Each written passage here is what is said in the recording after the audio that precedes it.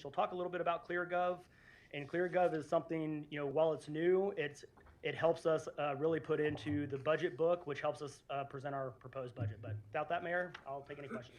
All right, council, any questions for City Manager Rice? Okay. Julie, you're up. So before we get too deep in budget, I would like to show you kind of the fruits of what we brought to you, I guess several months ago when we talked about having an online budget tool or a live budget tool. So this is kind of new to us, and so if I have to defer as I'm going through here to Jacob, I will. Because he built this. I'm going to give he and our accounting assistant, Clarissa, very high praise for this document because I've not had a whole lot to do with the building of this, but the backside software was pretty hard to set up and he did it. So I just thought I would show it to you. This is the QR code that takes you directly to the link. This is on the website as well, but I wanted to provide the link so that if anyone wanted to see it.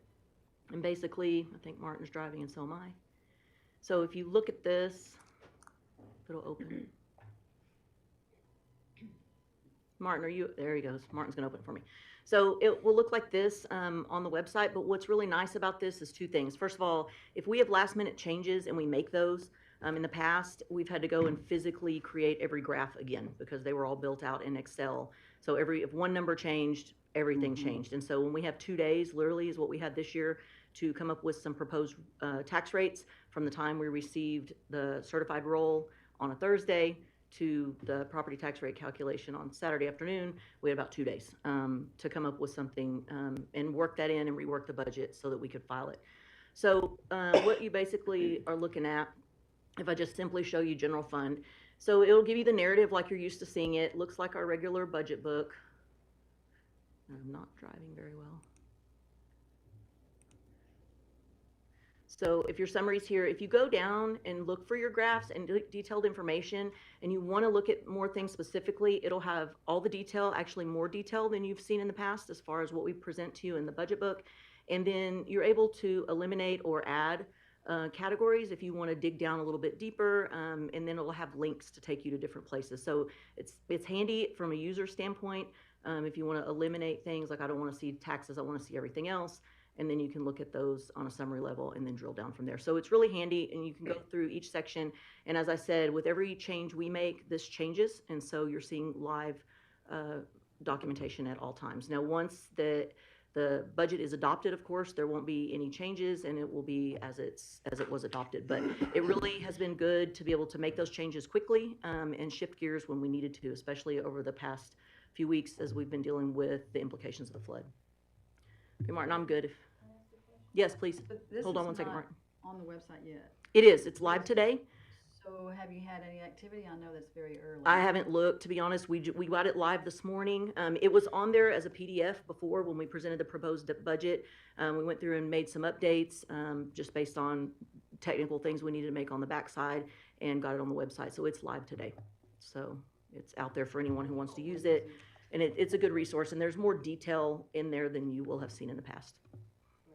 So we're happy about it. It's going to take us a little while to transition to using a new tool, but so far it's been nice because we made some changes to charts and graphs, and they automatically changed for us. So it's been really nice. So I wanted to introduce you to that briefly. Okay, so let's hop into citywide, and we always look at that first. So just from a summary level, we start our budget process, of course, back in October. We pretty much start as soon as we start the year. So we'll start working on the following year's budget. We were really working at a strong pace. Of course, we had some challenges, most of which Dalton addressed with you, that weren't flood related. So we know what those challenges are, and we've talked about forecast in depth. But we really tried to remain committed to sustainability. Obviously, we have increase in personnel costs, as does every other business. Group health, training, salaries, those kind of things that just, they compound over time. So we are in the people business, so it takes our people to provide the services that we provide to the community, and so that is the largest cost within the general fund budget. Departments, for the most part, maintained baseline budgets, and some of them came in less than they were last year. And so we had a lot of internal meetings and really talked at looking at what are the services that we need to be providing at the quality we need to provide them, and where can we look at reducing expenditures where we can to make the most sense of the budget. So I will say there's not a lot of room in operations. I've looked at it in detail down to every gallon of bleach that we buy, and there's just not a lot of fluff there. We don't build that into the operational budgets. We did have to make some rapid shifts at the last minute, of course, in the last few weeks. So again, we thank you for your patience as we adjusted some things and moved our workshop to a little bit later with everything going on. But we really tried to take into consideration what we know about the disaster, which was not much. So if this had been in, March or April, we would have been able to identify exactly what loss value was. On this notice, we cannot. So we're using some estimations provided by Kerrville, and then we'll follow those through as we've talked about into November. We were able to keep some sustainability components, and Dalton talked a little bit about those. Protected our merit and step increases for staff, and then protected fund balance for potential use. So we're not taking there's no movement of fund balance to other expenses at this time. We'll talk about flood repairs in the next few weeks. We'll be bringing you a lot of updates on that as we move forward. We did change some structure, and we talked about this a little bit. So taking KSP and golf, which are really fee-based parks, and so when people pay for those services, what we're asking those two divisions to do is to, over a period of time, stand on their own.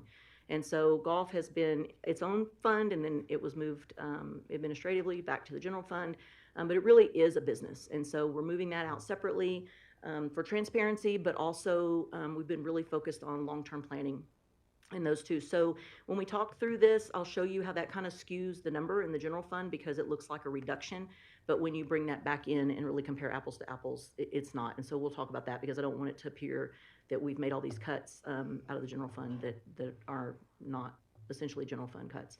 And then of course, transition to the new public safety facility. And there's a lot of things that we're just estimating right now until we know more.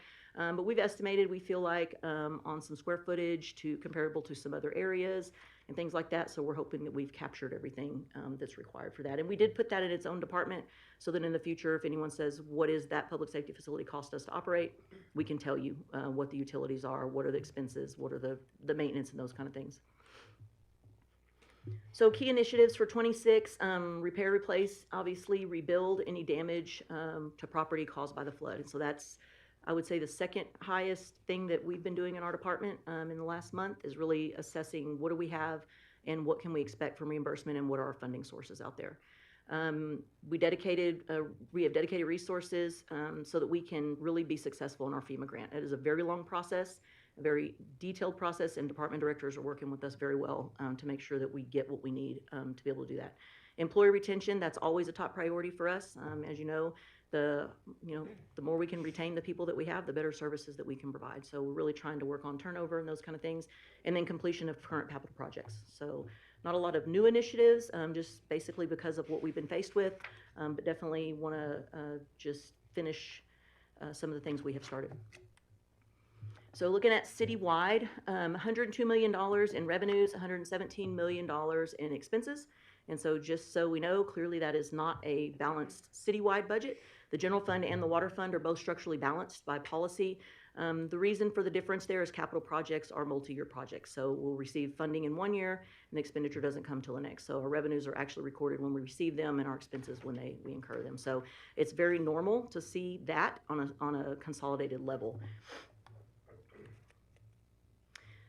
We wanted to show you this just kind of as part of our working process, I guess. So when departments first start submitting things to us in February, they'll submit their operational requests just for their regular operating budget, and then anything new that has not been in the budget before. And this wouldn't be things that they're changing or changing a software from one to the other, things like that. These are brand new requests that haven't been in the budget before for consideration. So what you're seeing here is on the top, the new position requests that were put in, and then also at the bottom, the new item requests that were put in. And so I put it like this because it's a little bit simpler to see. Basically, we had about almost $1.2 million in total new requests, and we're funding $200,000 and some change. So the biggest thing, and we'll talk about it later, the only position that we added was an animal control / code enforcement officer, which and we've talked about at some depth. And Dalton can certainly speak more to that if there's detailed questions. And then a few things, one thing for the golf course, some contract management software that is desperately needed and will definitely have a lot of value to our daily processes, and then an excavator for the water fund. So the other things we're really trying to track on is what things are requested year over year that are not able to be included in the budget, and how do we start addressing how we fit the things in that are necessities that we're not adding to fleets or adding to equipment or positions. Okay, so everybody's probably biggest interest here is general fund. So it is structurally balanced right at $39 million. This is about what it was last year. If you bring KSP and golf back in for comparison, we're about 2% higher. So 2% is still really small increase. So you can tell departments have done a lot of work. Obviously, we did push some things and reduce some things that we've talked about in workshop, but we'll talk about those a little bit more. So we reduced general fund asset replacement. We were scheduled based on what we kind of talked through last year and the prior year to hopefully be at 800,000 this year. We're not able to do that with the shifts that we need to make with the unexpected events and what we're not really able to estimate right now as far as lost value. So we kept that at 500,000. We have some interest money that's rolling over there as well, so we're not really taking the biggest hit that we could have on there. And again, we'll watch that, and as exemptions come in and we see what the actual role is after those exemptions are applied, then we can come back and discuss those things once we're more comfortable. We just didn't want to over budget something or underestimate property tax.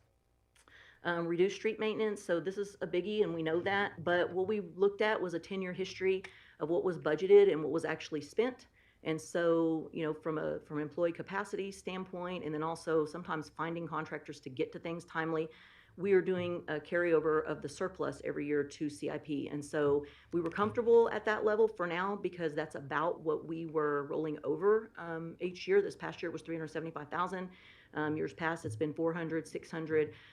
So we're kind of reassessing that and working with David and his team to see where we need to be and what we need to do going forward.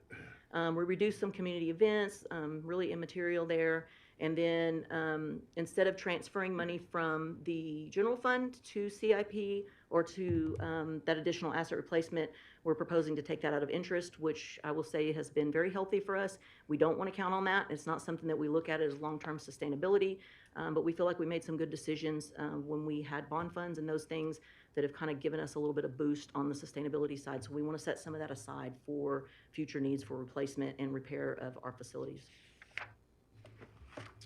Okay, so where does our money come from? Everybody wants to know that.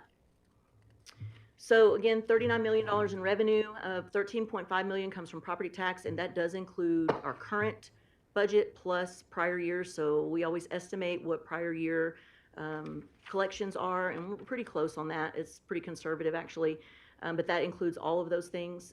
Sales tax, 2.3 million, that's about 0.5% higher than this year's budget. We originally had it in flat. But we've been trending 2 to 3% better, and we're estimating that we will have some additional sales tax revenue just from damages from people trying to do some rebuilding and repairs and things like that. So we're comfortable with that. I still think it's pretty conservative given where we are and the nature of what we're fixing to experience. Transfers in, of course, some of that is from water admin fee that the water fund pays to the general fund for services like legal and finance and HR and those components, and those are built out on a percentage of departmental budget. Trina has a huge spreadsheet that we do that calculation every year. Street use fee, and then also a little bit coming in from occupancy tax for some administrative things that we do within the finance department for collections, audits, and those kind of things. Franchise fees, that's going to include KPUB, Charter Communications, some other telephone companies, Atmos, those things. And then intergovernmental is simply the agreement that we have with Kerr County for EMS, and then also with KISD for resource officers. What is the number for services? You've got 17%. What is that number? Oh, I left that out. That's going to be EMS primarily and solid waste. So that's going to be the landfill surcharges, not your solid waste curb collection. We don't. That's a pass through, but that's what that's going to be. So EMS. Sorry, I left that bullet off. Okay, I'm just curious as to the amount of revenue generated by that. It's, I can tell you. Add all this up, I can It tell only you. comes up to about 31 million instead of 39. So you're about 8 million, so your Okay. services are 6.7 million. Okay, And so then there's some grant, Grants. interest, miscellaneous, Yeah. yeah, some other little stuff. okay, That's the slide here, so this is the detail on what you were just asking me. okay. So you can see the service revenue here. The big thing here, and the reason it's in a red box is, remember, we moved golf and KSP out. And so you have a big reduction in recreation revenue, which is now in their own funds. So that's what that is. So, and again, that negative change is because of that. So if we were to add them back in, we'd be about 2% different. Does that help you, Brenda? Sorry about that. Yeah. I'll let that bullet out. Thanks. So I won't go through all of this. I present this every year as far as definitions for property tax, and it's a complicated thing, and so I think definitions are important if people want to know what we're referring to. We try not to use acronyms all the time, but we naturally do. The new thing added to this slide is the disaster voter approval rate, and that's related to the resolution that you guys approved, directing Bob to calculate the 8%. And so I just wanted to include that in there. As you look at your budget book, you will see 2 tax rate calculation sheets, and one is for non-disaster and one is for disaster. So I wanted to talk to you a little bit about how we kind of used a different methodology when we were calculating property tax this year, just with the unknowns. So KerCAD is estimating a $65 million revenue loss. I'm sorry, that should not say revenue, property value loss. In the general fund, we're thinking that's equates to about $275,000 at the rate that we are proposing. So if the 65 million in lost value is correct from KerCAD. So on an ordinary year, we'll budget between 98.5% to 99% collection rate of the levy, depending on what history is showing, trends.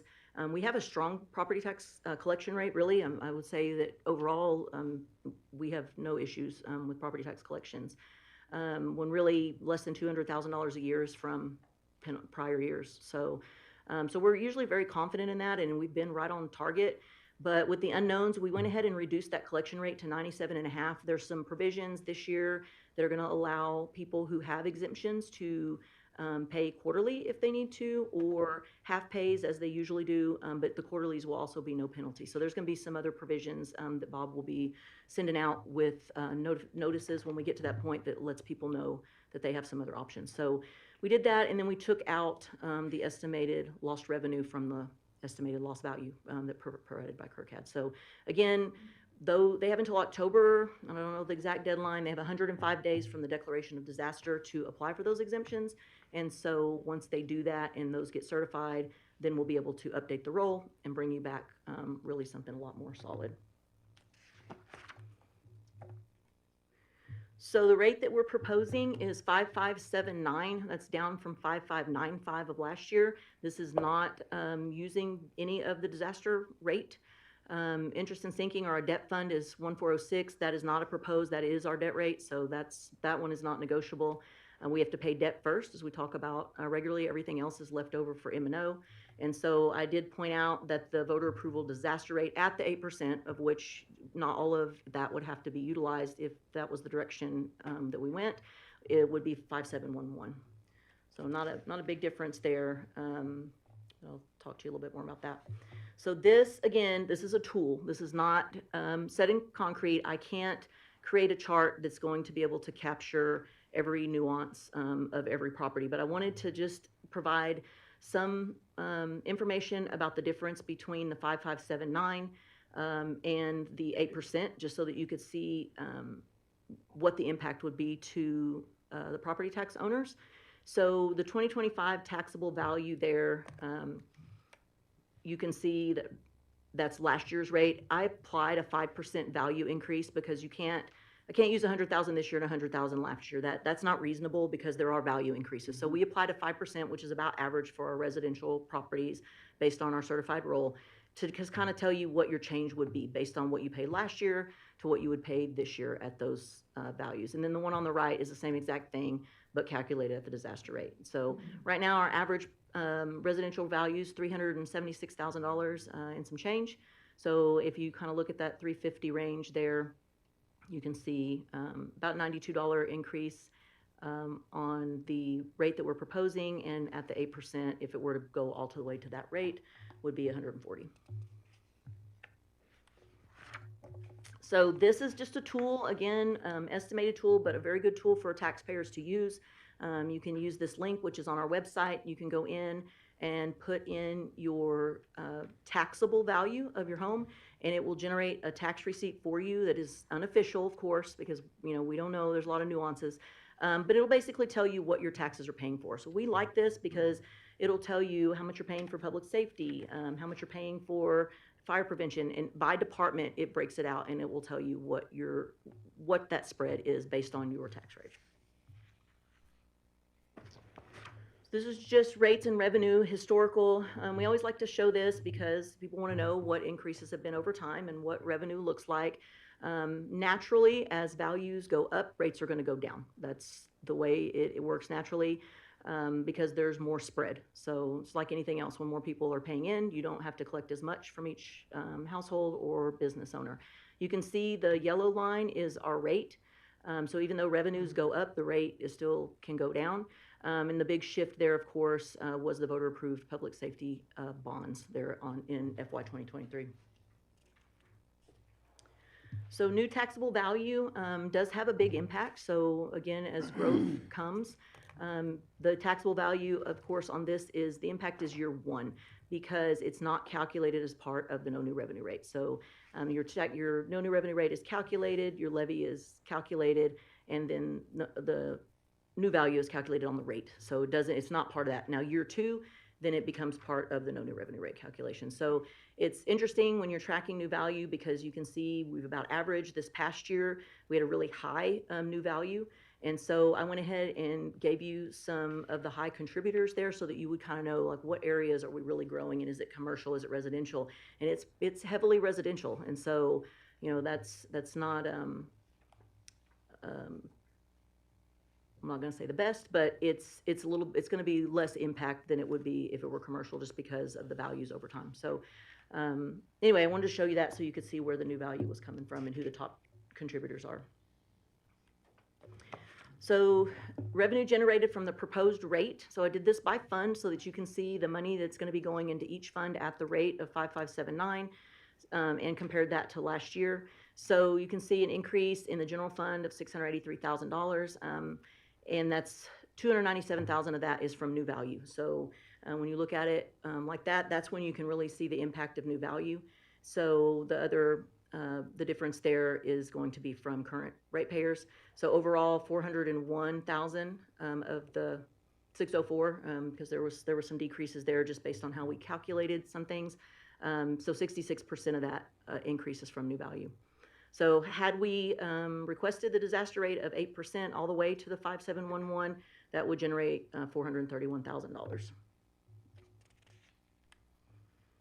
So sales tax, and these are only the two that I'll talk about in detail, and that's because they are the largest contributors to the general fund. And sales tax, obviously more volatile than property tax, because there's a lot of unknowns. So very critical for us to forecast this accurately. Sometimes it can be difficult, but the main thing is that we identify outliers and remove those when we're doing estimations and projections, and then also budget for future years. So we really watch those every month, all the way down to about the $3,000 taxpayer, to see the changes that we're having month over month, year over year, and identify new taxpayers, those who have dropped off, and those kind of things to make some decisions on that. This is a different look of historical sales tax. So this is total revenue for the year instead of your month over month trend lines. We are budgeting 0.5% over fiscal year 2025, which I still feel is pretty conservative. So I'm hopeful that we will meet budget this year, which we weren't sure in the beginning of the year, but it's really started trending a little more consistently. So that's been nice. We did reduce last year's for FY25's budget by 3% compared to 24, just because we were seeing some leveling and things were trending down. Coming out of COVID and inflation, where we had double-digit increases all the time, that's not something we can expect to sustain. So still very healthy, and you can see even with the change, our revenue is still higher than it was back in even 2019 before COVID. So unknowns, which taxpayers might have been impacted by the flood. We don't completely know that answer yet. Maybe people are gonna change their habits one way or the other, spending habits just based on the flood. Impact of donated goods on sales tax, and while we've loved and really enjoyed, all of the donated goods, I think about things like all of Kerrville ISD's school supplies were donated, but not from our local vendors. And so what was the impact that they had on our local folks that were planning on those sales? So we just don't know that yet, and we won't know until September what that looks like. And then impact of sales tax on rebuilding, so potentially increase in building materials and things like that. This is really the tool that we use the most, and this is a 12-month rolling average, because we've talked about, as we do financial reports each month, that month over month is really not the best indicator, because we could have some outliers. Someone pays late or someone pays early. So it's really not good practice to just use month over month comparisons or even year over year. But this kind of tells you what's happening over a 12-month period. And so we identified February here for dollars, because that's our heaviest sales tax month, because Christmas purchases are in there. So purchases for December, sales taxes received in February. So that's why we use this month. And so you can kind of track what's happening in February, that even when we have a downward trend, revenues are still up. And so we kind of take several factors here to decide what do we think is going to happen. And you can see the red line on the right over the past 6 months, basically that things are trending back up to somewhat of what we're going to call normal. So prior to COVID, but also after inflation, where we saw a big, heavy movement. So other major revenues in the general fund, and we talked about this a little bit when we looked at the detail earlier. We took out property tax and sales tax just so you could have a better look at all of the other pieces of the pie. So we have EMS services, and so we did break out services here between EMS and solid waste. So when we say services and we present those to you monthly, it's those two things added together. So we broke them out here just so you could really see the difference and what kind of drives our other major revenues.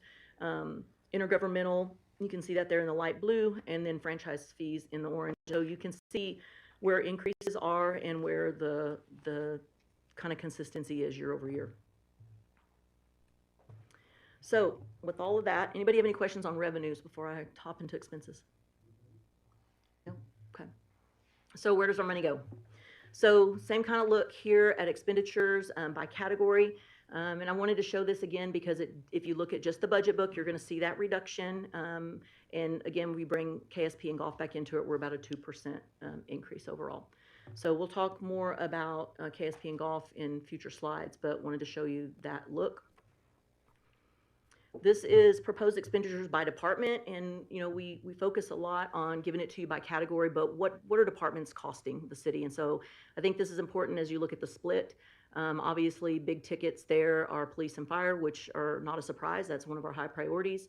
When you look at the parks and recreation triangle there, it's important to remember that that also includes building and facility maintenance, janitorial, and all those kind of things. So because they report to that department, it falls into that that category, but just wanted to point that out.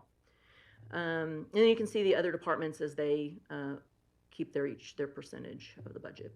What do you have encapsulated in other? So other is going to be contingency, it's going to be dues and subscriptions, some employee things when we have events and those kind of things, but primarily contingency. And so what you'll see with contingency, and you'll notice this when we do financial reporting, is contingency will start the year at $250,000. But we don't, as a rule, charge things to contingency because we want to put it where it belongs. So if we need to move money for a big maintenance or a big repair, something like that, we will actually reduce by line item transfer that budget and move it to the other budget. So you'll see that happen between the current budget, the adopted budget and the current budget. So we'll move that between line items so that we're accurately charging. So that's the only way to build history.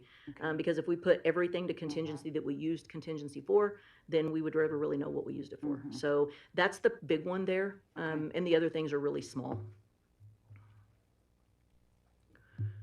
So just a different look at general fund expenses. So again, $39 million here. What you're seeing is public safety in the dark blue and general government in the light blue. And this is departmental budgets. So 54% of the general fund dedicated to public safety, consistent percentage-wise compared to prior years, and it just shows you the growth over years is what our expenditures are. Most increases are related to personnel, which we'll talk about a little bit, and inflationary factors. So beginning in 2022, inflation really started to impact us. Gas went through the roof. Cost of materials and supplies and services went through the roof because other vendors were paying their personnel more. And so costs just naturally grew. And that's the biggest reason why you can see those increases starting in fiscal year 22, which I think speaks to what Dalton was talking about long-term sustainability and compounding costs. So this is just looking at the personnel in the general fund. So $39 million, $28 million of that is personnel. And that does include not just salaries and wages, but that's going to be group insurance, training, retirement, all of those things are wrapped up into a personnel category. Of that 28 million, 18.9 is public safety, and you can see that same look here where the dark blue is public safety and the light blue is general government. This does not include things that are support departments. We charge those in ice cream, right, Chief? You do That's what? how we get Say that paid. again? We get paid in ice cream for our services. Oh, Yeah. Chief McCall, super nice about that. But we're proposing a 3% average merit increase and a 3% step increase for public safety, and this is in line with the step plans that you have seen before. So just wanted to show you what our largest expenditure was there. This, again, is just expenditure by category, and this is giving you basically a 5-year look. So you can see where our heaviest expenditures are and where our increases are and where our consistency is. And so, again, a little bit of decline in supplies and maintenance, but that's heavily related to KSP and golf. But again, in 2022, you'll see the little uptick pretty much in every department or every category there, and then leveling off after that. And we haven't seen prices reduce, but we have seen leveling of price increases, if that makes sense. So we're not seeing 30% increases on supplies and maintenance like we were. They've leveled out a little bit. Okay, I'm gonna turn it over to Trina, talk about water fund, but do you have any questions on general fund expenditures before I do that? Anyone? You? Okay. Thank you, Julie. All right, water fund.